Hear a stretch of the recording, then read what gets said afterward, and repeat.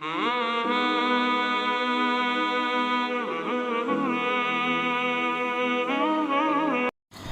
يهده الله فلا مضل له ومن يضلله فلا هادي له ونشهد أن لا إله إلا الله وحده لا شريك له ونشهد أن سيدنا ونبينا ومولانا محمدا عبده ورسوله أما بعد فأعوذ بالله من الشيطان الرجيم بسم الله الرحمن الرحيم ألف لام ميم غلبت الروم في أدنى الأرض من بعد غلبهم سيغلبون في بضع سنين وقال تبارك وتعالى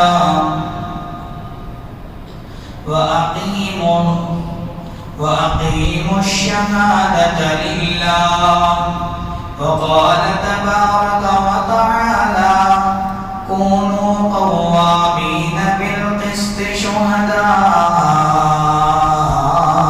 لله صدق الله مولانا العظيم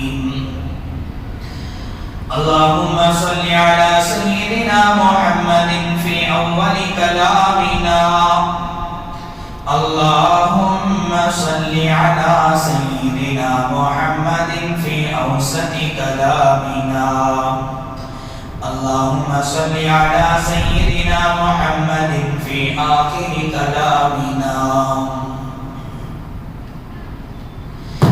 اللہ کے نام سے شروع کرتا ہوں جو بڑا مہربان نہایت ہی رحم کرنے والا ہے ہر قسم کی حمد و ستائش تمام قسم کی تعریفوں کے لائق وہی ایک اللہ پاکی ذات ہے جو ہم سب کا پیدا کرنے والا اور پالنے والا ہے ساری کائنات کا خالق حقیقی اور ہر ذرے کا مالک و مختار ہے جو چاہتا ہے وہ کرتا ہے اس کے کرنے کرانے میں اس کی قوت و طاقت میں اس کے ارادے اور فیصلے میں کوئی اس کا شریک نہیں کوئی اس کا ہمسر نہیں کوئی اس کا پارٹنر نہیں ہے وہ ایک ہے یکتا ہے ہمیشہ سے ہے اور ہمیشہ رہے گا وہ پاک پروردگار عالم اتنی بڑی طاقتوں کا قدرتوں کا مالک ہے اگر کسی ایک شخص یا خاندان اور قوم و ملت کو عزت دینا چاہے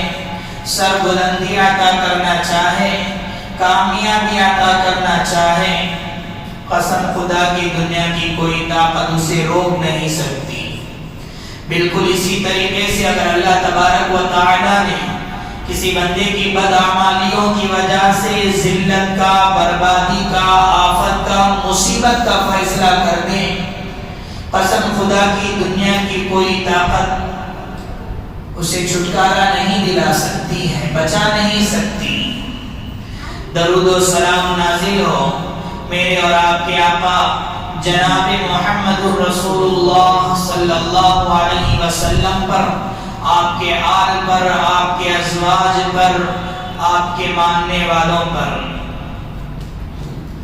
معزز سامعین کرام بزرگان دین نوجوانان ملت میں نے ابھی آپ حضرات کے روبرو سورۃ الروم کی ابتدائی چند آیتیں تلاوت کی ہیں ان آیتوں میں اللہ تبارک و تعالی نے پیارے نبی صلی اللہ علیہ وسلم کے زمانے کا جو ایک قدیم واقعہ ہے اس کی طرف اشارہ فرمایا پیارے نبی صلی اللہ علیہ وسلم کے زمانے میں رومیوں اور ایرانیوں کے درمیان جنگ ہو رہی تھی رومی اہل کتاب تھے کرسچن تھے اور ایرانی مجوسی تھے اس لیے مسلمانوں کی ہمدردیاں رومیوں کے ساتھ تھی، اس لیے کہ وہ اہل کتاب تھے، آسمانی کتاب سے تعلق رکھنے والے تھے، اس لیے مسلمانوں کی ہمدردیاں رومیوں کے ساتھ تھی، جبکہ مشرکین مکہ کی ہمدردیاں، ابو جہل کی ہمدردیاں، ابو لہب کی ہمدردیاں ایرانیوں کے ساتھ تھی۔ مسلمان چاہتے تھے کہ رومی جیت جائے، مشرکین مکہ چاہتے تھے کہ ایرانی جیت جائے، لیکن ہوا یہ کہ اس جنگ میں ایرانی جیت گئے۔ مشرکین مکہ کی ہمدردیاں جن لوگوں کے ساتھ تھی وہ جیت گئے، مسلمانوں کی ہمدردیاں جن لوگوں کے ساتھ تھی، رومیوں کے ساتھ تھی، وہ شکست کھا گئے، ہار گئے۔ اللہ تبارک و تعالیٰ نے یہاں پر پیشین گوئی فرمائی، اس وقت میں یہ آیتیں نازل ہوئی، الف لام میم غلبت الروم فی ادنى الارض وهم من بعد غلبهم سيغلبون۔ اس وقت میں یہ آیتیں نازل ہوئی، اس آیتوں میں اللہ تبارک و تعالیٰ نے مسلمانوں کو، رومی یعنی رومیوں کو بشارت دی، پیشین گوئی فرمائی، ان قریب ہی ایرانی مغلوب ہوں گے اور رومی غالب آئیں گے۔ حضرات، اس واقعے کے اندر بہت سارے اسباق ہیں، بہت سارے سبق ہمیں ملتے ہیں، ان میں سے جو سبق ہمیں حاصل کرنا چاہیے، اسی لیے میں نے ان آیتوں کا انتخاب کیا۔ حضرات، یہ واقعہ ہمیں سبق دیتا ہے کہ مسلمان جہاں بھی جیتے ہیں، جس ملک میں جیتے ہیں، جس معاشرے میں جیتے ہیں، جس شہر میں جیتے ہیں، جس سماج میں جیتے ہیں، جس صوبے میں جیتے ہیں، وہاں کے حالات سے غافل نہیں رہنا چاہیے، بے خبر نہیں رہنا چاہیے، وہاں کے حالات معلوم کرنا چاہیے کہ ہمارے اطراف و اکناف کیا ہو رہا ہے، ہمارے شہر میں کیا ہو رہا ہے، ہمارے ملک میں کیا ہو رہا ہے، ہمارے معاشرے میں کیا ہو رہا ہے، ہمارے سماج میں کیا ہو رہا ہے۔ اس کا علم رکھنا ہمارے لیے بہت ضروری ہے۔ آپ دیکھیں کہ مکے کے اندر مسلمان کتنے مظلوم تھے، کتنے مجبور تھے، اتنے مظلومیت کے عالم میں، مجبوریوں کے عالم میں بھی مسلمانوں کی ہمدردیاں مکے سے 1000 دور جو رومیاں ہیں ان کے ساتھ ہمدردیاں ہیں۔ اس لیے ہم لوگوں کو بھی چاہیے کہ حالات سے غافل نہیں رہنا چاہیے۔ حالات کیا ہیں، ہمارے شہر کے حالات کیا ہیں، ہمارے صوبے کے حالات کیا ہیں، ہمارے ملک کے حالات کیا ہیں، اسے معلوم کر کے رکھنا بہت ہی ضروری ہے۔ حضرات، ہم سب جانتے ہیں اس وقت ہمارے صوبہ کرناٹک کے جو حالات ہیں، جو سیاسی حالات ہیں، جو رونما ہونے والے ہیں، بہت سارے مسلمان خوف زدہ ہیں، بہت سارے مسلمان پریشان ہیں، اور پریشان ہونا بھی چاہیے، اس لیے کہ ہمارے اس ملک کی جو اقتدار جن لوگوں کے ہاتھ میں ہے، ہمارے صوبہ کرناٹک کا جو اقتدار، جو حکومت جن لوگوں کے ہاتھ میں ہے، جو گجرات کے 4000 مظلوم مسلمانوں کی جو خون سے رنگین ہے، ایسے لوگوں کے ہاتھ میں ایسے لوگوں کے ہاتھ میں آج اقتدار جانے جا رہا ہے۔ اسی لیے ہم لوگوں کو چاہیے کہ ہماری زندگی میں دشمن کو خوش ہونے کا موقع نہیں دینا چاہیے۔ ہماری زندگی میں اگر ہمارا دشمن ہم سے خوش ہو رہا ہے، ہم کو دیکھ کر ٹہنے لگا رہا ہے، ہم لوگوں کو دیکھ کر ہنس رہا ہے، تو یہ ہماری زندگی کی بہت بڑی ناکامی ہے، یہ ہماری زندگی کی بہت بڑی ناکامی ہے۔ اسی لیے پیارے نبی صلی اللہ علیہ وسلم نے ہمیشہ سے یہ دعا مانگی ہے، اللہم انی اعوذ بک من جہد البلاء ودرک الشقاء وسوء القضاء وشماتة الأعداء. پیارے نبی صلی اللہ علیہ وسلم نے ہمیشہ سے یہ دعا مانگی ہے. اس دعا کے اندر جو شماتة الأعداء کا لفظ ہے یہی چیز ہے. اے اللہ میں پناہ مانگتا ہوں کہ مجھ پر میرا دشمن خوش ہونے سے، اے اللہ مجھ پر میرا دشمن کو خوش ہونے کا موقع نہ دے. ہمیشہ پیارے نبی صلی اللہ علیہ وسلم نے یہ دعا مانگی. ہم لوگوں کو چوکنا رہنا چاہیے، ہوشیار رہنا چاہیے، اس دعا میں اہتمام کرنا چاہیے.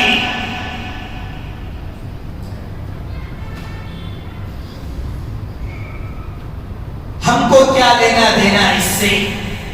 الیکشن سے ہم کو کیا لینا دینا؟ سیاست سے ہم کو کیا لینا دینا؟ یہ تو کافروں کا معاملہ ہے، یہ تو سیاسی لوگوں کا معاملہ ہے. ایسا سوچ کر نہیں چھوڑنا چاہیے. حضرات یہ جو حالات ہمارے سامنے آ رہے ہیں، یہ جو سیاسی حالات ہو رہے ہیں، یہ جو سیاسی حالات میں جو تبدیلیاں ہونے والی ہیں، یاد رکھو ہمیں اعتراف کرنا پڑے گا، ہمیں اقرار کرنا پڑے گا. اس کا بنیادی سبب سب سے پہلے ہم ہیں. اس کا بنیادی سبب ہم ہیں. اس کا بنیادی سبب ہمارے گناہ ہیں. اس کا بنیادی سبب ہماری معصیتیں ہیں. اس کا بنیادی سبب ہمارے دین و اسلام سے روگردانی ہے. اس کا بنیادی سبب قرآن مجید سے روگردانی ہے. اس کا بنیادی سبب اللہ تبارک و تعالیٰ کے احکام کو توڑنا ہے. اس کا بنیادی سبب اسلامی کلچر سے روگردانی ہے. یاد رکھو اللہ تبارک و تعالیٰ نے قرآن مجید میں صاف طور پر فرمایا فَلْيَحْذَرِ الَّذِينَ يُخَالِفُونَ عَنْ أَمْرِهِ أَن تُصِيبَهُمْ فِتْنَةٌ أَوْ يُصِيبَهُمْ عَذَابٌ أَلِيمٌ. جو لوگ اللہ کے رسول کی خلاف ورزی کرے گا، جو اللہ تبارک و تعالیٰ کے رسول کے احکام کی خلاف ورزی کرے گا، اسے ڈرتے رہنا چاہیے کہیں اللہ تبارک و تعالیٰ اس کو کوئی فتنے میں مبتلا نہ کر دے. کہیں ایسا نہ ہو کہ کوئی المناک عذاب اس کو آنا پکڑے. اس کو ڈرتے رہنا چاہیے. مفسرین نے اس آیت میں جو فتنے کا لفظ ہے اس فتنے کی تفسیر کرتے ہوئے مفسرین کرام نے کہا کہ اس فتنے کی جو تفسیر کی ہے، جو صورتیں بتائی ہیں، ان میں سے ایک صورت یہ بھی ہے اگر ہم اللہ اور اس کے رسول کے احکام کی خلاف ورزی کریں گے، اللہ تبارک و تعالیٰ کے احکامات کو توڑیں گے، ضرور یاد رکھنا اللہ تبارک و تعالیٰ ہم پر ظالم حکمران کو مسلط ضرور کرے گا. ظالم حکمران کو ضرور مسلط کرے گا.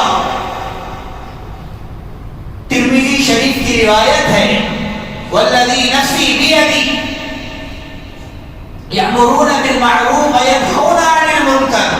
جو لوگ امر بالمعروف نہیں عن المنکر کو چھوڑتے ہیں، بھلائی کا حکم دینے سے اپنے آپ کو دور رکھتے ہیں، برائی سے روکنے سے انکار کرتے ہیں، یاد رکھنا کہ اللہ تبارک و تعالیٰ ان پر ظالم حکمران کو ضرور مسلط کرے گا. اس کے بعد تمہارے علماء، تمہارے اکابرین، تمہارے متقی رو رو کر گڑ گڑا کر دعائیں مانگے، تمہارے دعائیں کام آنے والے نہیں ہیں.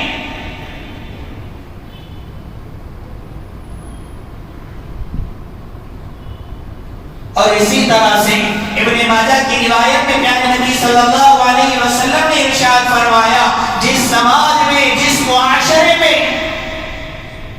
جہاں ناپ تول میں کمی کی جاتی ہے، جہاں ناپ تول میں کمی کرنے کا جو رواج پایا جاتا ہے، اللہ تبارک و تعالیٰ اس قوم پر بھی اللہ تعالیٰ ظالم حکمران کو مسلط کر دیتا ہے. اس لیے یاد رکھو میرے بھائیوں، اپنے آپ کو گناہوں سے بچاؤ. اللہ تبارک و تعالیٰ کا قانون ہے، یاد رکھیں. اللہ تبارک و تعالیٰ جو قرآن مجید میں بہت سارے قانون کا تذکرہ فرماتا ہے، ان میں سے اہم ترین قانون یہ بھی ہے، اللہ تبارک و تعالیٰ نے قرآن مجید میں فرمایا وَكَذَلِكَ نُوَلِّي بَعْضَ الظَّالِمِينَ بَعْضًا بِمَا كَانُوا يَكْسِبُونَ.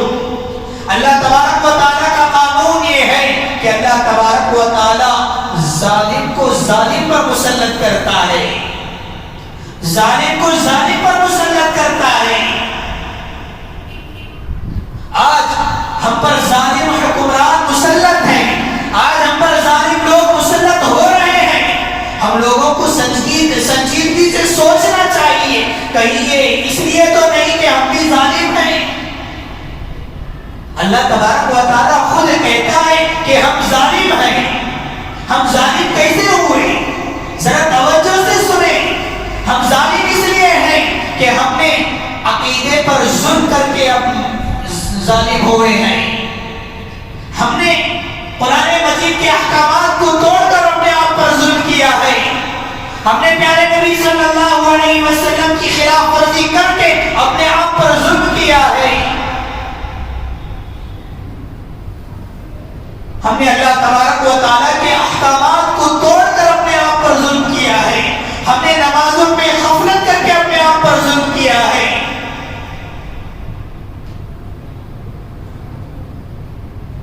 حجاج بن یوسف تاریخ اسلام کا بہت ہی بڑا ظالم بادشاہ تھا، سفاک بادشاہ تھا. اگر مؤرخین کا غلبہ نہ ہو، مبالغہ نہ ہو، تو اس نے 1000 سے زیادہ علماء کرام کا قتل کیا ہے. جو وہ ظلم کر رہا تھا، لوگ حضرت امام حسن بصری رحمت اللہ علیہ کے پاس آئے اور آ کر شکایت کرنے لگے کہ اے امام حسن بصری، یہ حجاج کی ظلم کی انتہا ہو گئی ہے، حجاج بن یوسف کے ظلم کی انتہا ہو گئی. تو حضرت امام حسن بصری رحمت اللہ علیہ نے کیا کہا کہ لوگوں، تم حجاج بن یوسف کی ظلم کی شکایت کر رہے ہو، یاد رکھو کہ ما جاء الحجاج الا بذنوبنا. حجاج بن یوسف ہمارے گناہوں کا نتیجہ ہے، حجاج بن یوسف ہمارے معصیتوں کا نتیجہ ہے، حجاج بن یوسف ہمارے خطاؤں کا نتیجہ ہے. اس لیے میرے بھائیوں، ہم اپنے گناہوں سے توبہ کریں، ہم اپنے معصیتوں سے توبہ کریں، ہم اپنے لغزشوں سے، اپنے خطاؤں سے، اپنے سیاحوں سے توبہ کریں. اللہ تبارک و تعالیٰ نے قرآن مجید میں ایک قانون یہ بھی تذکرہ فرمایا ہے. اللہ یہ جو بھی حالات ہو رہے ہیں، یہ جو بھی واقعات، جو بھی حادثات ہو رہے ہیں، گویا کہ یہ اللہ تبارک و تعالیٰ کا ایک کوڑا ہے، یہ اللہ تبارک و تعالیٰ کا ایک کوڑا ہے. اللہ تبارک و تعالیٰ جو مسلمان خواب غفلت میں سوئے ہوئے ہیں، ان لوگوں کو جگانے کے لیے اللہ تبارک و تعالیٰ ایسے کوڑے برساتا ہے. قرآن مجید میں اللہ تبارک و تعالیٰ نے صاف طور پر ارشاد فرمایا وَلَنُذِيقَنَّهُم مِّنَ الْعَذَابِ الْأَدْنَىٰ دُونَ الْعَذَابِ الْأَكْبَرِ لَعَلَّهُمْ يَرْجِعُونَ. اللہ تعالیٰ کہتا ہے کہ ہم لوگوں کو بڑے بڑے عذاب دینے سے پہلے چھوٹے چھوٹے عذاب میں مبتلا کرتے ہیں تاکہ وہ باز آ جائے، خواب غفلت سے بیدار ہو جائے. اللہ تبارک و تعالیٰ کا یہ اعظم قانون ہے. بڑے بڑے عذاب دینے سے پہلے اللہ تبارک و تعالیٰ چھوٹے چھوٹے عذاب میں مبتلا کرتا ہے. اگر باز آ جائے تو ٹھیک ہے، ورنہ اللہ تعالیٰ بڑے بڑے گناہوں میں مبتلا ضرور کرتا ہے. حضرات، یہ بنیادی بات ہمیں یاد رکھنا چاہیے کہ یہ دنیا ہے، یہ دنیا کافروں کے لیے جنت ہے، یہ کافروں کے لیے جنت ہے. یہاں کی کامیابیاں کافروں کے لیے ہے، یہاں کی کامرانیاں کافروں کے لیے ہے، یہاں کی زینتیں، یہاں کی رونقیں کافروں کے لیے ہے. ہمارے لیے تو آخرت ہے، ہمارے لیے آخرت کی کامیابی ہے، ہمارے لیے تو آخرت کی زینتیں، ہمارے لیے آخرت کی رونقیں موجود ہیں. اللہ تبارک و تعالیٰ نے سورہ زخرف کے اندر اللہ تعالیٰ نے فرمایا، اللہ تعالیٰ نے اس دنیا کے اندر جو کافروں کو جو رونقیں، جو زینتیں، جو کامیابی عطا کرتا ہے، اللہ تعالیٰ کہتا ہے کہ مسلمان چاہتے ہیں کہ کافروں کو اور ترقیاں دیں، کافروں کو اور رونقیں دیں، اس لیے کہ ان کے لیے تو یہ جنت ہے۔ یہاں تک ہے کہ کافروں کے گھروں کو سونا چاندی بنا دیں، ان کے گھروں کے دروازوں کو سونا چاندی بنا دیں، ان کے گھر کے اندر جو ساز و سامان ہے، جو پلنگیں ہیں، ان تمام کو سونا چاندی بنا دیں۔ وَلَوْلَا أَن يَكُونَ النَّاسُ أُمَّةً وَاحِدَةً لَجَعَلْنَا لِمَن يَكْفُرُ بِالرَّحْمَٰنِ لِبُيُوتِهِمْ سُقُفًا مِّن فِضَّةٍ وَمَعَارِجَ عَلَيْهَا يَظْهَرُونَ وَلِبُيُوتِهِمْ أَبْوَابًا وَسُرُرًا عَلَيْهَا يَتَّكِئُونَ وَزُخْرُفًا إِن كُلُّ ذَلِكَ لَمَّا مَتَاعُ الْحَيَاةِ الدُّنْيَا وَالْآخِرَةُ رَبِّكَ لِلْمُتَّقِينَ۔ اللہ تبارک و تعالیٰ اس دنیا میں کافروں کے لیے جو کامیابی دیتا ہے، جو رونقیں، جو زینتیں دیتا ہے، اس سے مسلمانوں کو رشک نہیں کرنا چاہیے، غمزدہ نہیں ہونا چاہیے۔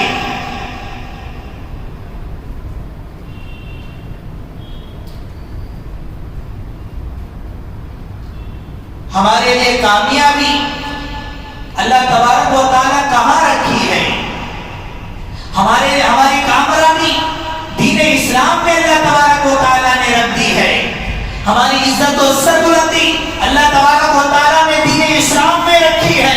ہماری عزت و سربلندی اللہ تبارک و تعالیٰ نے قرآن مجید پر رکھی ہے۔ ہماری عزت و سربلندی اللہ تبارک و تعالیٰ نے اسلام کے اتباع، اللہ تبارک و تعالیٰ کے احکام کی پابندی پر رکھی ہے۔ پیارے نبی صلی اللہ علیہ وسلم سے سچی محبت پر رکھی ہے۔ آپ قرآن مجید کے احکام کی پابندی کر کے تو دیکھو، پیارے نبی صلی اللہ علیہ وسلم کے طور و طریقے پر چل کر تو دیکھو، امر بالمعروف نہی عن المنکر کا کام کر کے تو دیکھو۔ عزت و سربلندی کیسے ہمارے قدم چومتی ہے، کامیابیاں کیسے ہمارے قدم چومتی ہے۔ لیکن افسوس اس بات پر کہ ہم نے آج دین اسلام کو چھوڑ کر عزت و سربلندی دوسرے جگہوں پر ہم تلاش کر رہے ہیں، قرآن کو چھوڑ کر دوسرے لوگوں کے پاس ہم عزت و سربلندی ڈھونڈ رہے ہیں۔ حضرت عمر فاروق رضی اللہ عنہ بیت المقدس کی طرف جا رہے تھے۔ حضرت ابو عبیدہ بن جراح رضی اللہ عنہ نے کہا کہ اے امیر المومنین، مسلسل سفر کرنے کی وجہ سے آپ کے کپڑے گرد و غبار آلود ہو چکے ہیں، یعنی میلے ہو چکے ہیں، ذرا آپ کپڑے بدل لیجئے تاکہ بیت المقدس میں جن لوگوں کے پاس جا کر آپ ملاقات کرنے جا رہے ہیں تاکہ آپ کی ایک شان و شوکت باقی رہے۔ تو حضرت امیر المومنین حضرت عمر فاروق رضی اللہ عنہ نے کہا کہ اے عبید اللہ بن جراح، یاد رکھو اگر یہ لفظ تمہارے سوا کوئی اور اگر کہتا تو اس پر میں ضرور کوڑے برساتا۔ اللہ تبارک و تعالیٰ نے اس وقت میں حضرت عمر فاروق رضی اللہ عنہ نے تاریخی جملہ ارشاد فرمایا، کننا اول امتی، ہماری عزت و سربلندی اللہ تبارک و تعالیٰ نے دین اسلام میں رکھ دی ہے۔ اسی لیے میرے دوستو، اگر آج بھی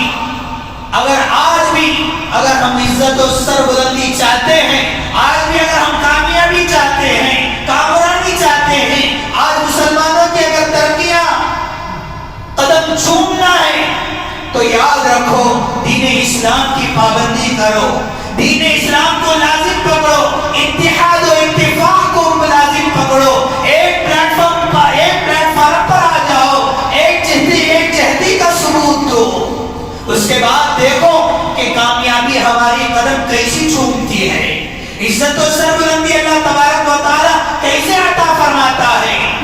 قرآن مجید میں اللہ تبارک و تعالیٰ نے فرمایا سورہ محمد کے اندر، یا ایھا الذین آمنوا ان تنصروا اللہ ینصرکم ویثبت اقدامکم، اے ایمان والو اگر تم اللہ کی مدد کرو گے اللہ تبارک و تعالیٰ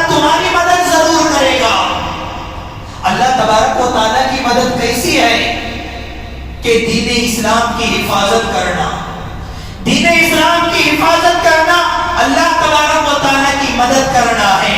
دین اسلام کی حفاظت کیسے کرنا ہے؟ دین اسلام پر عمل کرنا، دین اسلام پر عمل کرنا، یہ دین اسلام کی حفاظت ہے۔ دین اسلام کی حفاظت کرنا یہ اللہ تبارک و تعالیٰ کی مدد کرنا ہے۔ عزیزان گرامی، آخر 5 منٹ میں حالات کے تناظر میں جو میرے آج کے خطبے کا جو خلاصہ ہے، میں آپ کے سامنے بات رکھ کر میں اپنی بات کو ختم کروں گا۔ حضرات، حالات کے تناظر میں بات یہ عرض کرنا ہے، سب سے پہلے میں یہ بتا دینا چاہتا ہوں کہ میں الیکشن پر بات کرنے جا رہا ہوں، میں انتخابات پر بات کرنے جا رہا ہوں۔ بعض کج فہم احباب یہ سوچ رہے ہوں گے کہ منبر پر سیاست کی بات ہوتی ہے، یہ سیاست کی بات نہیں ہے، کان کھول کر سنو، یہ سیاست کی بات نہیں ہے، یہ دین اسلام کی حفاظت کی بات ہے، یہ ہمارے اسلام کی حفاظت کی بات ہے، یہ ہمارے مساجد کی حفاظت کی بات ہے، یہ ہمارے مدارس کی حفاظت کی بات ہے، یہ ہمارے مساجد کے اداروں کی حفاظت کی بات ہے، یہ ہمارے مسلم سماج کی حفاظت کی بات ہے، یہ ہمارے مسلم معاشرے کی حفاظت کی بات ہے۔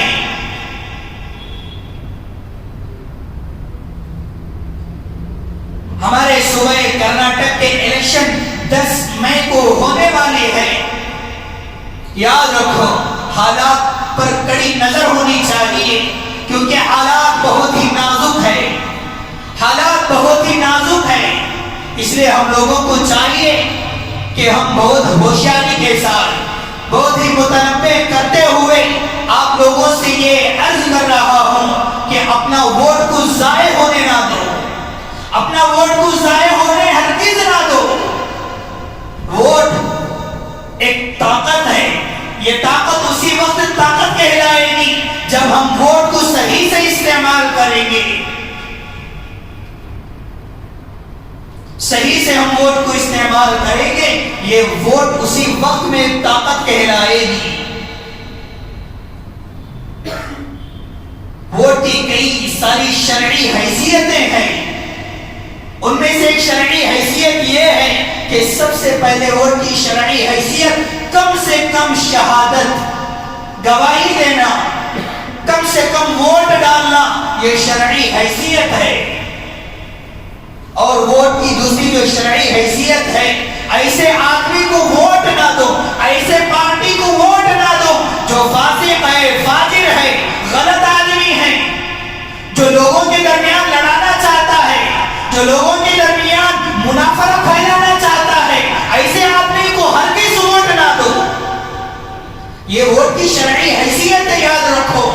اور اسی طرح سے حضرات، جہاں غلط آدمی کو ووٹ نہیں دینا ہے، وہیں پر ہم لوگوں کو ووٹ ایسے آدمی کو دینا ہے جو نیک ہے، عدل و انصاف کا ماحول بنانے، عدل و انصاف پیدا کرنے کی کوشش کرتا ہے، لوگوں کے درمیان آپسی محبت، بھائی چارگی قائم کرنے کی جو کوشش کرتا ہے، ایسے پارٹیوں کو ووٹ دو، ایسے لوگوں کو ووٹ دو۔ ہمارے سامنے 2 پارٹیاں موجود ہیں، یہ پارٹی جو سراسر جو ہندو مسلمان کے درمیان لڑانا چاہتا ہے، صاف طور پر چیلنج دینا چاہتا ہے، صاف طور پر چیلنج دینا چاہتا ہے، مسلمانوں کی شہریت کو ختم کرنا چاہتا ہے، مسلمانوں کی شہریت پر شک کرتا ہے کہ مسلمانوں کی جو مذہبی آزادی ہے اسے سلب کرنے کی کوشش کرتا ہے۔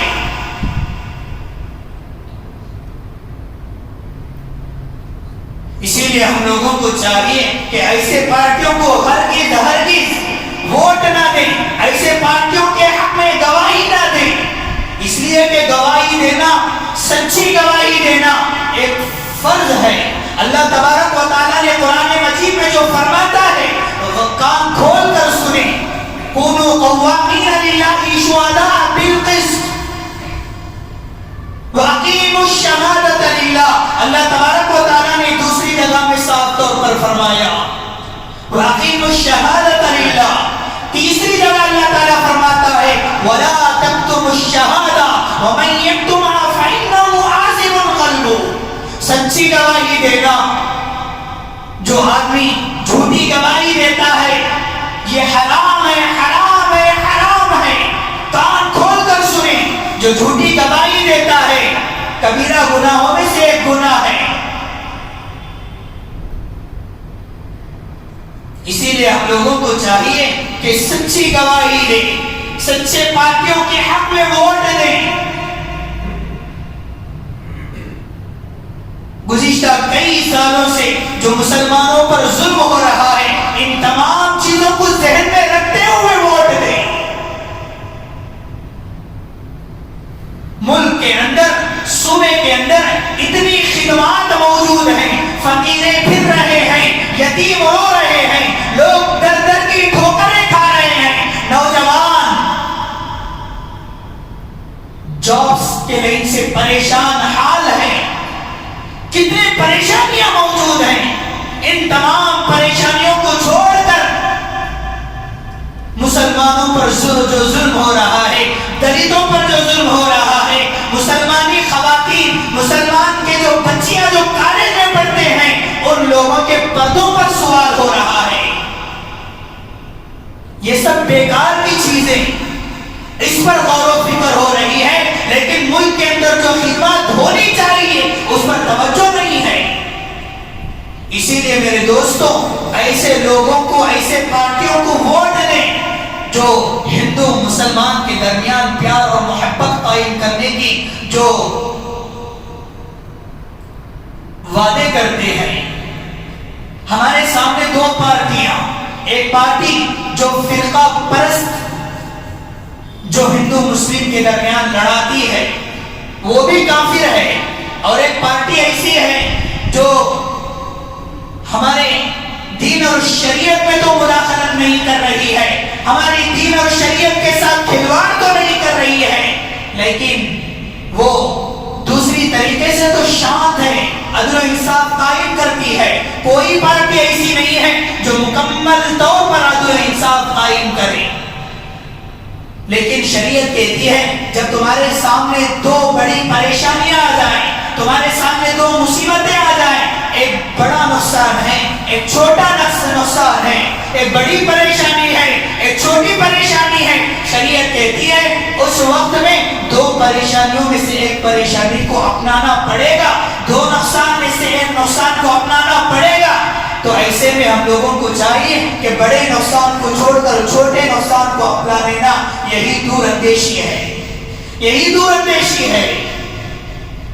اسی لیے میرے دوستوں، ابھی 5 دن بعد الیکشن آنے والا ہے، 10 مئی کو ووٹ دینا ہے، تو ابھی سے ہم لوگوں کو تیاری کرنا ہے کہ ہمارا جو ووٹر آئی ڈی ہے، جو شناختی کارڈ ہے، ابھی سے تیار کر لیں۔ ہمارے مسلمانوں میں اتنی غفلتیں موجود ہیں، اللہ حفاظت فرمائے۔ ووٹ کے دن ہم لوگ آئی ڈی کارڈ تلاش کرتے ہیں، ووٹر آئی ڈی ووٹ کے دن ہم لوگ تلاش کرتے ہیں، آخرکار اگر وہ نہیں ملا تو ایسے ہی چھوڑ دیتے ہیں۔ ابھی سے فیملی ممبر کتنے ہیں؟ ایک میں فیملی کے اندر 6 ممبر ہیں، تو سب کے ووٹر آئی ڈی اٹھا کر رکھیں، اور گھر کے جو بڑے ہیں وہ لوگ جانتے ہیں، دور اندیشی جانتے ہیں، آپس میں مشورہ کریں، اپنا ذاتی مفاد کو نہ دیکھیں، میرے حق میں یہ بہتر ہے اس لیے میں اس کو ووٹ دوں گا، ایسا نہیں ہونا چاہیے۔ پورے ملک کو سامنے رکھیں، پورے معاشرے کو سامنے رکھ کر پورے ملک کو کس پارٹی سے فائدہ ہو رہا ہے، ایسے لوگوں کو ووٹ دیں۔ جو ہندو مسلم کے درمیان جو منافرت پھیلاتا ہے، جو لڑائی جھگڑے کو پھیلاتا ہے، ایسے لوگوں کو قطعاً ووٹ نہ دیں۔